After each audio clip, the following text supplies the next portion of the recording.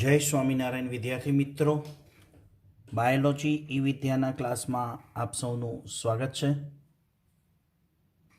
11 science chapter number 21 એની અંદર આપણે કાનની રચના સમજીએ છીએ। શ્રવણ અને શરીરના બેલેન્સ સાથે સંકળાયેલું અંગ છે। તો આગળના વિડીયોની અંદર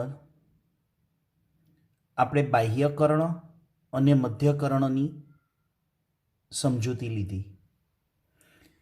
એ બાહ્યકર્ણ, અંતઃકર્ણ, બાહ્યકર્ણ, મધ્યકર્ણ અને અંતઃકર્ણ, લાસ્ટ વિડીયોની અંદર આપણે બાહ્યકર્ણ અને મધ્યકર્ણ વિશે સમજ્યા।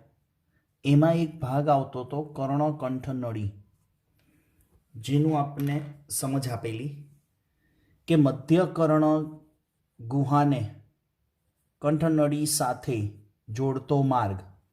એટલે આપણે એવી ચર્ચા કરી હતી કે મધ્યકર્ણની જે ગુહા છે અને ગળાના ભાગમાં આવેલી કંઠનળી, મુખ ગુહાની પાછળના ભાગે આવેલી કંઠનળી અને મધ્યકર્ણના ગુહા છે, એ બંને વચ્ચે એક નળી છે, એને કર્ણકંઠ નલિકા કહેવાય।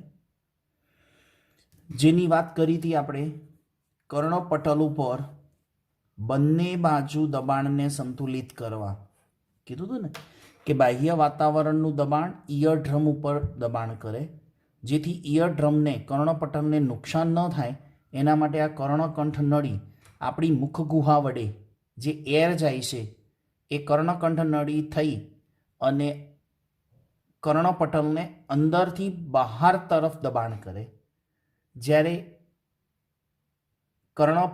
બાહ્યકર્ણમાં થઈને હવા બહારથી અંદર જતી હોય એટલે એ બંનેનું દબાણ શું થાય? સરખું થાય।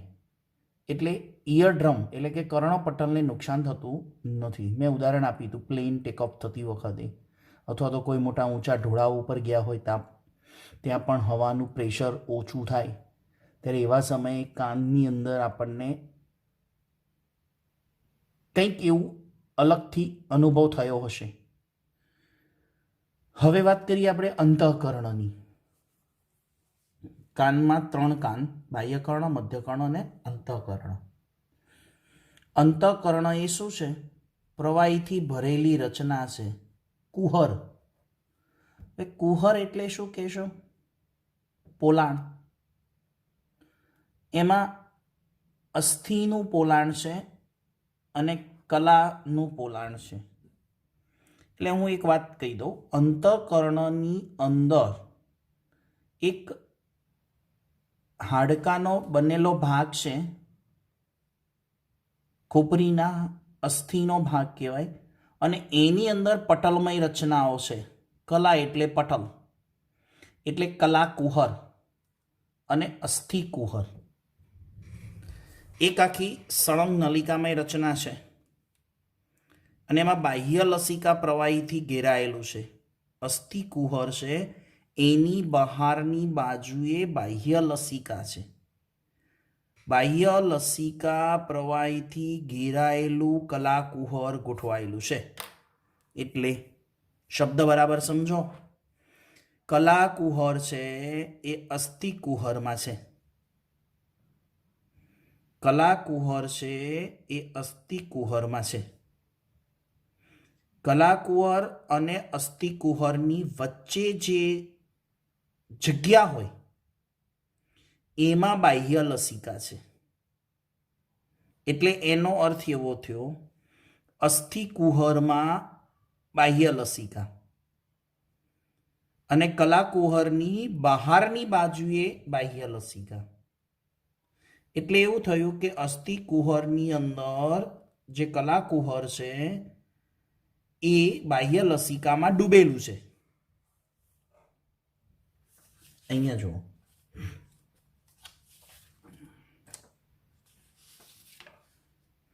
અને કલાકુહરની અંદર જે પટલમય રચનાઓ છે એની અંદર અંતલસિકા છે. અહીંયા અંતઃકરણની સમજૂતીવાળી અલગથી આકૃતિ ડ્રો કરી છે. આપણે એક એક ભાગ જોયો છે. બાહ્યકર્ણનો અલગથી જોયો હતો, મધ્યકર્ણની પણ સમજ અલગ આકૃતિ દ્વારા લીધી હતી. હવે આ પોર્શન અંતઃકરણ છે. હવે આ બધું જે દેખાય છે ને આકૃતિમાં એ સમજાવવાનું છે. પણ અત્યારે એટલી માહિતી યાદ રાખો કે અહીંયા આખું છે ને અસ્થિ છે.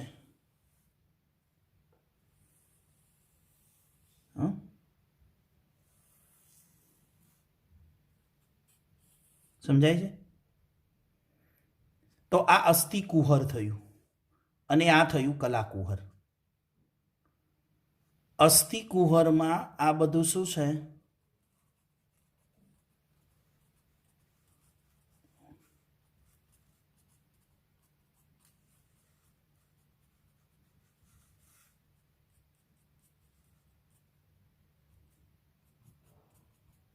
બાહ્ય લસિકા.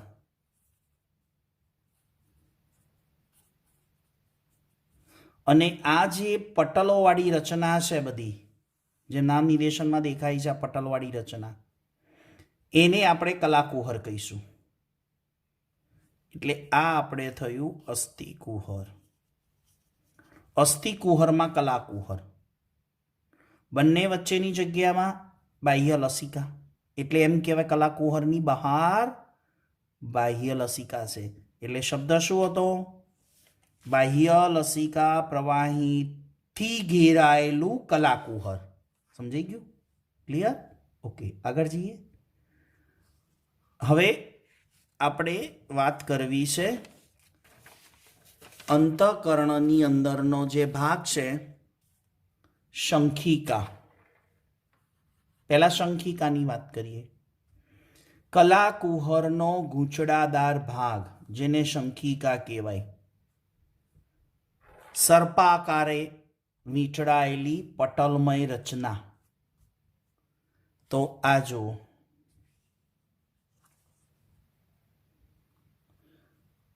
આ ભાગ છે એની અંદર આ બધું શું હોય? અંતલસિકા. સર્પાકારે વીંટળાયેલી જે આ દેખાય છે જલેબી જેવી, એવું ના બોલાય જલેબી જેવી, સર્પાકારે વીંટળાયેલી આ જે રચના છે આ ભાગને શું કહીશું? શંખિકા. ક્લિયર? હવે આ શંખિકા નો છેદ ચોપડીમાં આપ્યો છે. શંખિકાનો છેદ આપણે સમજવો છે. તો એ શંખિકાના છેદની અંદર આ બધા ભાગોની આપણને સમજ પડશે. તો એ શંખિકા એક પટલમય રચના છે.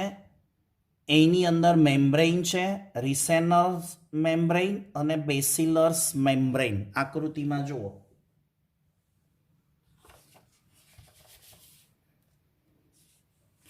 આ શંખિકાનો આડો છેદ છે.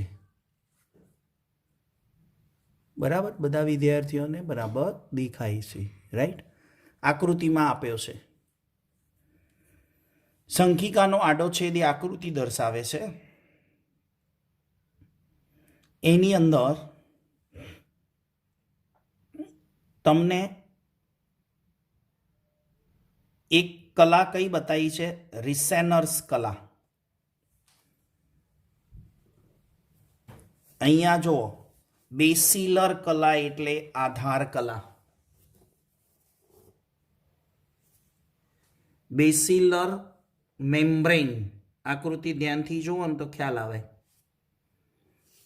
જ્યારે આ ભાગ છે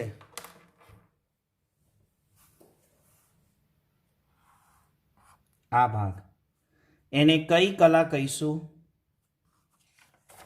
રિસેનર્સ કલા. રિસેનર્સ કલા. તો સમજો, રિસેનર કલા અને બેસિલર કલા. બાહ્ય લસિકાથી ભરેલું અસ્થિકુહરના બે ભાગ.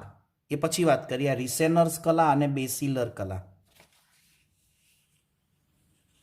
આ છે એ રિસેનર્સ કલા છે અને આ જે છે એ આધાર કલા, ગુજરાતીમાં આધાર થાય, ઇંગ્લિશમાં બેસિલર કલા થાય. હવે આગળ જઈએ કે આખું આ અસ્થિકુહર પણ કહેવાય. બાહ્ય લસિકાથી ભરેલું અસ્થિકુહર હમણાં વાત કરીને એ બે ભાગ ધરાવે, એક વેસ્ટિબ્યુલી અને સ્કેલા ટેમ્પેની. તો આખું જે અસ્થિકુહર છે એમાં શબ્દો સમજો કઈ આકૃતિમાં કયા શબ્દો છે ચોપડીના લખાણ પ્રમાણે. તો આ જે દેખાય છે પોલાણ એને સ્કેલા વેસ્ટિબ્યુલી કહેવાય. ઉપરના ભાગે છે ને સંખિકામાં અસ્થિકુહરમાં ઉપરના ભાગે શું આવેલું છે? સ્કેલા વેસ્ટિબ્યુલી. નીચેના ભાગે શું છે? સ્કેલા ટેમ્પેની. ઓકે. અને વચ્ચેનો અવકાશ છે આ એ સ્કેલા મીડિયા કહેવાય. તો સ્કેલા વેસ્ટિબ્યુલી, સ્કેલા ટેમ્પેની અને આ ભાગ છે એને સ્કેલા મીડિયા, મેડિયા એવું પણ બોલાય. જો વેસ્ટિબ્યુલી એટલે ઉપરની તરફ, સ્કેલા ટેમ્પેની એટલે નીચેની તરફ. ફરી જુઓ આકૃતિમાં, સ્કેલા વેસ્ટિબ્યુલી ઉપરની તરફ, સ્કેલા ટેમ્પેની નીચેની તરફ. આ નીચેની તરફ છે, આ ઉપરની તરફ છે. એની વચ્ચેનો અવકાશ છે ને સ્કેલા મેડિયા કહેવાય, મિન્ડિયા કહેવાય. સંખિકાના વચ્ચેના અવકાશને સ્કેલા મીડિયા કહેવાય અને એની અંદર અંતલસિકા આવેલું હોય છે. સમજણ પડે છે ભાગોમાં? આકૃતિ ઉપરથી જ સમજી શકાશે, આકૃતિ દોરવાની નથી, યાદ રાખજો. આકૃતિ માત્ર સમજ માટે છે. હવે જે વેસ્ટિબ્યુલી છે ને એ અંડાકાર ગવાક્ષમાં ખુલે અને સ્કેલા ટેમ્પેની છે ને ગોળાકાર ગવાક્ષમાં અંત પામે. એટલે અંડાકાર ગવાક્ષ અને ગોળાકાર ગવાક્ષ એટલે શું? આ એક પડદામય રચના હોય, બરાબર? પડદામય રચના, એમાં બે વિન્ડો છે. એક છે ઓવલ વિન્ડો એટલે અંડાકાર ગવાક્ષ, ગવાક્ષ એટલે ઇંગ્લિશમાં વિન્ડો કહેવાય, અને નીચેની તરફ ગોળ ગવાક્ષ છે. તો સ્કેલા ટેમ્પેની છે એ આ ગોળ ગવાક્ષમાં અને વેસ્ટિબ્યુલી છે એ અંડાકાર ગવાક્ષમાં ઓપન થાય એટલે કે અંત પામે. હવે એ સંખિકામાં મુખ્ય અગત્યનો ભાગ કોર્ટિકાઈ. શું છે આ કોર્ટિકાઈ? હું તમને પહેલાં એક સમજૂતી આપી દઉં.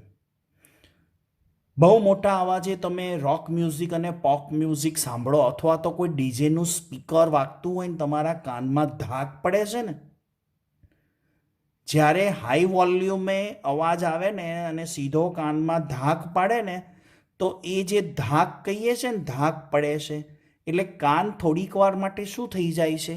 સૂન થઈ જાય છે, કંઈ સંભળાતું નથી. કારણ એ કોને અસર થઈ? કોર્ટિકાઈને અસર થઈ. આ કોર્ટિકાઈ ક્યાં છે? સંખિકામાં. પણ સંખિકામાં એક્ઝેક્ટ ક્યાં છે? એનું સ્થાન છે બેસિલર કલાની ઉપર. અને કોર્ટિકા એકચ્યુઅલી છે શું? રોમ કોષો છે, એકદમ સેન્સિટિવ છે રોમ કોષો. અને આ રોમ કોષો જે કોર્ટિકાઈ તરીકે ઓળખાય છે અંદરની બાજુએ હરોળમાં છે. હવે આકૃતિમાં સમજો, અહીંયા આ બેસિલર કલા છે. ઓકે, બેસિલર કલાની ઉપર ચોપડીમાં શું લખ્યું છે? બેસિલર કલાની ઉપર. તો અહીંયા આકૃતિમાં ધ્યાનથી સમજો, આ બેસિલર કલા છે જેને આપણે ઇંગ્લિશમાં બેસિલર અને ગુજરાતીમાં આધાર કલા કહીશું. એની ઉપર આ ગ્રીન કલરથી મેં નાના નાના શું દોર્યા છે? રોમ કોષો, જેને શું કહીશું? કોર્ટિકાઈ કહીશું. શું કહીશું? કોર્ટિકાઈ. અને એ કોર્ટિકાઈની ઉપર શું આવેલી છે? આ ટેક્ટોરિયલ કલા. નામ નિર્દેશન ઉપરથી જ ખબર પડશે. કોર્ટિકાઈની ઉપર ટેક્ટોરિયલ કલા છે, જે સ્કેલા મીડિયામાં આવેલી હોય. સમજણ પડે છે ને? આકૃતિ દ્વારા બધા ભાગો સંખિકાના આડા છેદમાં છે. આ બધા રોમકોષોના પાયાના છેડે અંતર્વાહી ચેતાતંતુઓ ખૂબ જ નજીકમાં સંપર્ક ધરાવે. એટલે કે આ રોમમય કોષો છે ને એની પાયાના ભાગે, એટલે કે જો આકૃતિમાં આ પાયાનો ભાગ છે આ રોમમય કોષોનો. અહીંયા શું આવેલા હોય? બધા ચેતાતંતુઓ અંતર્વાહી, જે સંવેદનાને લઈને આવે છે. મેં હમણાં કીધું કોઈ મ્યુઝિક સાંભળો ને એટલે એ સંવેદના સીધી આ કોર્ટિકાઈ સુધી આવે, અને આ કોર્ટિકાઈને વધુ ઊંચા અવાજનો વોલ્યુમ છે ને એ ધ્રુજાવી દે, આને નુકસાન પહોંચાડે. અને વધુ ઊંચા અવાજે સાંભળવાથી છે ને લાંબા સમયે બહેરાશ આવે. એટલે કાનમાં બે પ્રકારની બહેરાશ હોય. તમારી જાણકારી માટે હું તમને કહું, કાનમાં બે પ્રકારની બહેરાશ હોય છે. એક છે વહન બહેરાશ અને બીજી છે ચેતા બહેરાશ. કઈ બહેરાશ છે? એક છે વહન બહેરાશ. કાનમાં બે પ્રકારની, એક વહન બહેરાશ અને બીજી છે ચેતા બહેરાશ. બે પ્રકારે બહેરા થવાય, એક વહન બહેરાશ અને બીજી ચેતા બહેરાશ. તમે કહેશો આ વહન બહેરાશ અને ચેતા બહેરાશ એટલે શું? તો મેં હમણાં કીધું એમ કે ઊંચા અવાજે વોલ્યુમથી પોપ મ્યુઝિક, રોક મ્યુઝિક, ડીજેના અવાજોથી એક થોડા ટાઈમ માટે નહીં, લાંબા સમય માટે જ જોજો. મોબાઈલની અંદર જ્યારે તમે હેડફોન ભરાવીને કોઈ મ્યુઝિક સાંભળો ને ત્યારે એનો વોલ્યુમ પ્લસ કરો ને, ત્યારે એની જે વચ્ચે પ્લસ કરવાની જે નિશાની આવે ને, અપ જાય એક સ્લાઇડર, ત્યારે રેડ કલરનું સિગ્નલ આવી જાય છે. અડધાથી ઉપર જાઓ ને એટલે, અને એક સૂચન આવે કે હાઈ વોલ્યુમ તમને નુકસાન કરશે કાનને. એટલે ઇયર પ્લગ ભરાવીને પણ હાઈ વોલ્યુમ લાંબા સમય ન સંભળાય, નહીતર કોર્ટિકાઈને નુકસાન થવાથી ચેતા બહેરાશ થાય. ઓકે. વહન બહેરાશમાં શું થાય કે પેલા હથોડી, એરણ અને પેંગડું છે ને મધ્યકર્ણની અંદર, મધ્યકર્ણમાં હથોડી, એરણ, પેંગડું છે ને એને નુકસાન થાય ને ત્યારે અવાજના તરંગોનું વહન ત્યાંથી આગળ થતું નથી. ત્યાંથી આગળ વહન થતું નથી. કોનાથી? હથોડી, એરણ ને પેંગડાથી. કેમ કે એ અસ્થિને શું થયું છે? નુકસાન થયું છે. હવે કહેશો કેવી રીતે નુકસાન થશે? તો મિલ છે, કારખાના છે, એમાં સતત અવાજો ચાલતા હોય ને, ધીમા ધીમા ધીમા અવાજો, એની અંદર જે કામ કરતો વ્યક્તિ હોય ને એના હથોડી અને પીંગળા ઉપર અસર થાય. એટલે હથોડી, એરણ, પીંગળાથી અવાજ આગળ વધતો નથી, અવાજના તરંગો આગળ વધતા નથી.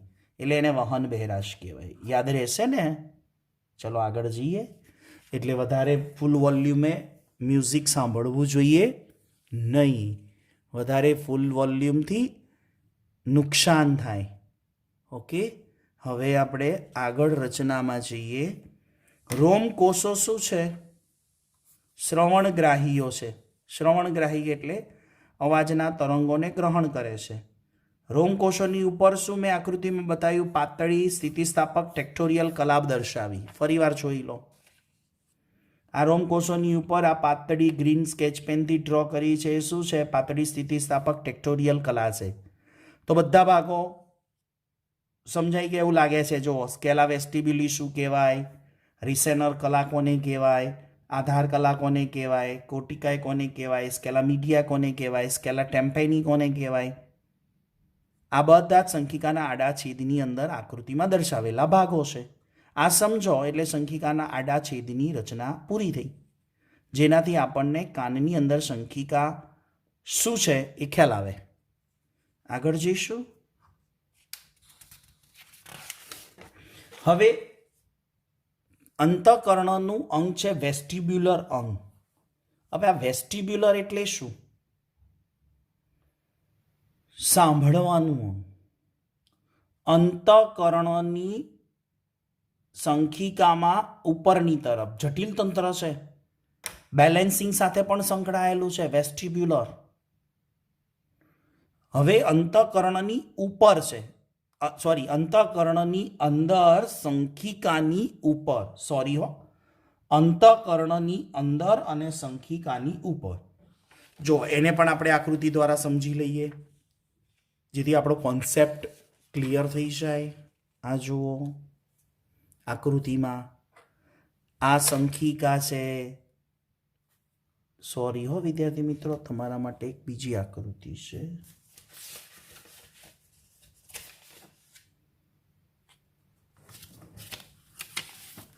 આરી ઓકે, હમણાં બતાવી દઈએ જ. આ સંખિકા હમણાં દર્શાવીને આ અંતઃકરણ છે બધું, અસ્થિકુહર. એમાં સંખિકાની ઉપરનો આ જે ભાગ છે એ વેસ્ટિબ્યુલર અંગ કહેવાય. વેસ્ટિબ્યુલરની અંદર બે ભાગ પાડી દીધા છે આપણે, બરાબર? સમજણ પડે છે? આ અંતઃકરણ, અંતઃકરણની અંદર આ અસ્થિકુહર, અસ્થિકુહરની અંદર આ સંખિકા, એના વિશે સમજ્યા. આ સંખિકાની ઉપર, અંતઃકરણમાં સંખિકાની ઉપર આ બે ભાગ સમજવા છે વેસ્ટિબ્યુલરમાં, અર્ધવર્તુળની નલિકા અને ઉદરિકા. અહીંયા પિંગળું આવી ગયું એટલે મધ્યકર્ણ પૂરું થઈ ગયું. ત્યાર પછી અહીંયા શરૂ થઈ ગયું ઇનર ઇયર એટલે કે અંતઃકરણ. હવે જુઓ વેસ્ટિબ્યુલરના બે ભાગો, એક અર્ધવર્તુળી નલિકા અને બીજી ઉદરિકા. અર્ધવર્તુળી નલિકા વિશે પહેલા સમજી લઈએ.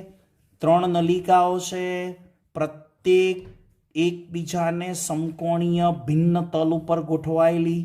એક બુકમાં એવું લખ્યું છે કે 3 અર્ધવર્તુળી નલિકાઓ એકબીજાને કાટખૂણે હોય. એક અગ્ર છે, એક પશ્વ છે અને એક પાર્શ્વ છે. 3 અર્ધવર્તુળી નલિકામાં એકને અગ્ર અર્ધવર્તુળી નલિકા, બીજીને પાર્શ્વ, ત્રીજીને પશ્વ. અગ્ર, પાર્શ્વ અને પશ્વ. અને આ 3 અર્ધવર્તુળી નલિકાઓ એકબીજાને કાટખૂણે હોય. જો અહીંયા આ 3 અર્ધવર્તુળી નલિકાઓ છે, 1, 2 અને 3. 3 અર્ધવર્તુળી નલિકાઓ એક પટલની બનેલી છે. શું? 3 અર્ધવર્તુળી નલિકાઓ એક પટલમય રચનાઓ છે. અને આ બંને એકબીજાને, આ 3 એકબીજાને કેવી હોય? કાટખૂણે. હવે એના પાયાના ભાગે જો અહીંયા ફૂલેલો ભાગ છે જેને તુંબિકા કહેવાય. શું કહેવાય? તુંબિકા. 3 અર્ધવર્તુળી નલિકાના છેડે આવો ફૂલેલો ભાગ છે જેને આપણે શું કહીશું? તુંબિકા. નામ નિર્દેશનમાં બાકી એટલા માટે રાખ્યું કે તમને દર્શાવી અને પછી બતાવવાનું છે. તો આ અર્ધવર્તુળી નલિકા, આ અર્ધવર્તુળી નલિકા, આ અર્ધવર્તુળી નલિકા, એના પાયાના ભાગે આ શું આવેલું છે? તુંબિકા. તુંબિકામાં જેલી જેવું પ્રવાહી હોય અને આ અર્ધવર્તુળી નલિકામાં પણ એક પ્રવાહી હોય છે. હવે તમને અર્ધવર્તુળી નલિકાનું કાર્ય કહી દઉં. અંતઃકરણમાં અર્ધવર્તુળી નલિકા આપણા શરીરના સમતોલન અંગ તરીકે છે, શરીરનું બેલેન્સ જાળવે છે. એના પાયાના ભાગે તુંબિકા છે. તુંબિકાની અંદર જેલી જેવું પ્રવાહી છે. એ જેલી જેવું પ્રવાહી છે ને એની અંદર રોમમય કોષો છે, એટલે કે તુંબિકાની ઉપર ડાઘ છે. હવે તુંબિકાની ઉપર ડાઘ એટલે આપણે શર્ટ ઉપર ડાઘ પડે, કપડા ઉપર ડાઘ પડે એવા નહીં. એક પ્રકારનો સ્પોટ છે, એને ક્રિસ્ટા કહેવાય. આગળ જુઓ લખાણમાં. તુંબિકા એટલે શું? નલિકાના પાયાના ભાગે. હા, આ નલિકાઓ પટલમય રચનાઓ છે, બરાબર? એની બહારની બાજુએ બાહ્ય લસિકા હોય, એટલે બાહ્ય લસિકામાં ડૂબેલી. એટલે હમણાં જ કીધું અસ્થિકુહરમાં બાહ્ય લસિકા છે. હવે તુંબિકા નલિકાના પાયાના ભાગે શું ધરાવે? રોમમય કોષો ધરાવે. અને એ તુંબિકાની ઉપર એક સ્પોટ હોય, એક ડાઘ હોય. એ ડાઘને અંગ્રેજીમાં ડાઘ ના કહેવાય, પણ સાયન્ટિસ્ટોએ શું કીધું છે? એને ક્રિસ્ટા. અને ક્રિસ્ટાનો પણ છેદ વૈજ્ઞાનિકોએ લીધો છે. દાખલા તરીકે આવી ક્રિસ્ટાનો છેદ લીધો હોય ને તો એમાં આવા નાના નાના શું જોવા મળ્યા? રોમકોષો જોવા મળ્યા. સમજણ પડે છે ને? ક્રિસ્ટા તુંબિકા એટલે વિસ્તરેલી ટોચને શું કહેવાય? ક્રિસ્ટા. અને ક્રિસ્ટા મેક્યુલા, ક્રિસ્ટા મેક્યુલા શરીરનું સમતોલન અને સ્થિતિ જાળવવા માટે વિશિષ્ટ ગ્રાહી કેન્દ્રો ધરાવે છે. ક્રિસ્ટા અને મેક્યુલા બે. મેક્યુલા બાકી છે. ક્રિસ્ટા વિશે સમજી લીધું. મેક્યુલા હવે જોઈએ, જે ઉદરિકાનો ભાગ છે. હવે સમજો, આ અર્ધવર્તુળી નલિકા છે ને, એ હમણાં કીધું શરીરના બેલેન્સ સાથે. તમે ટોરામાં બેઠા છો, ચકડોળમાં બેઠા છો, ચકડોળમાં અને ટોરામાં બેઠા પછી બરાબર એની મજા લીધા પછી જ્યારે તમે નીચે ઉતરો ત્યારે શું થાય છે? કોઈ અનુભવ કહેશે? તમે બોલો છો તો મને સંભળાતું નથી, અને હું પ્રશ્ન પૂછું છું એ તમને સંભળાય છે. ટોરાને ચકડોળમાં બેઠા પછી નીચે ઉતરીએ એટલે ચક્કર આવે. યસ. શરીરનું બેલેન્સ શું થાય? જતું રહે. એટલે આપણે થોડીક વાર માટે શું કરવું પડે? ચકડોળ અને ટોરામાંથી ઉતર્યા પછી એક જગ્યાએ બેસી રહેવું પડે, નહીં તો શરીરનું બેલેન્સ જતું રહે છે. એ બેલેન્સિંગ કોણ જાળવે છે? તો આ અર્ધવર્તુળી નલિકા જાળવે છે. અર્ધવર્તુળી નલિકામાં જે પ્રવાહી છે ને, એ આ તુંબિકામાં રહેલા જેલી જેવા પ્રવાહી પર દબાણ કરે અને એના ઉપર આવેલો ક્રિસ્ટા, એમાં રોમમય કોષો ઉપર અસર થાય એટલે શરીરનું બેલેન્સ જતું રહે. થોડીક વારની અંદર સરખું થઈ જાય છે. હવે આવે છે ઉદરિકા. તો અહીંયા જે ભાગ દેખાય છે આખો, આ ભાગ એ ઉદરિકાનો છે. ઉદરિકાના ઉપરના ભાગને યુર્ટિકલ કહેવાય અને ઉદરિકાના નીચેના ભાગને સેક્યુલી કહેવાય. એક ભાગ છે ઉદરિકાનો યુર્ટિકલ અને બીજો સેક્યુલી. આ બંને ભેગા થઈને મેક્યુલા બનાવે. જો લખાણમાં જુઓ, ઉદરિકા સેક્યુલી અને યુર્ટિકલ ધરાવે. આ પણ એક પ્રકારના સ્પોટ જ કહેવાય. સેક્યુલી અને યુર્ટિકલના ઉપસેલા ભાગને શું કહેવાય? મેક્યુલા. હવે આ મેક્યુલા અને ક્રિસ્ટા બંને શરીરનું શું ધરાવે છે? સમતોલનપણું અને સ્થિતિ જાળવવા માટે. આ બંનેમાં શું આવેલા છે? વિશિષ્ટ ગ્રાહી કેન્દ્રો છે. તો ખ્યાલ આવ્યો હશે. આશા રાખું છું કે આજના વિડીયોમાં અંતઃકરણ વિશે આપને પૂરી સમજ મેળવી.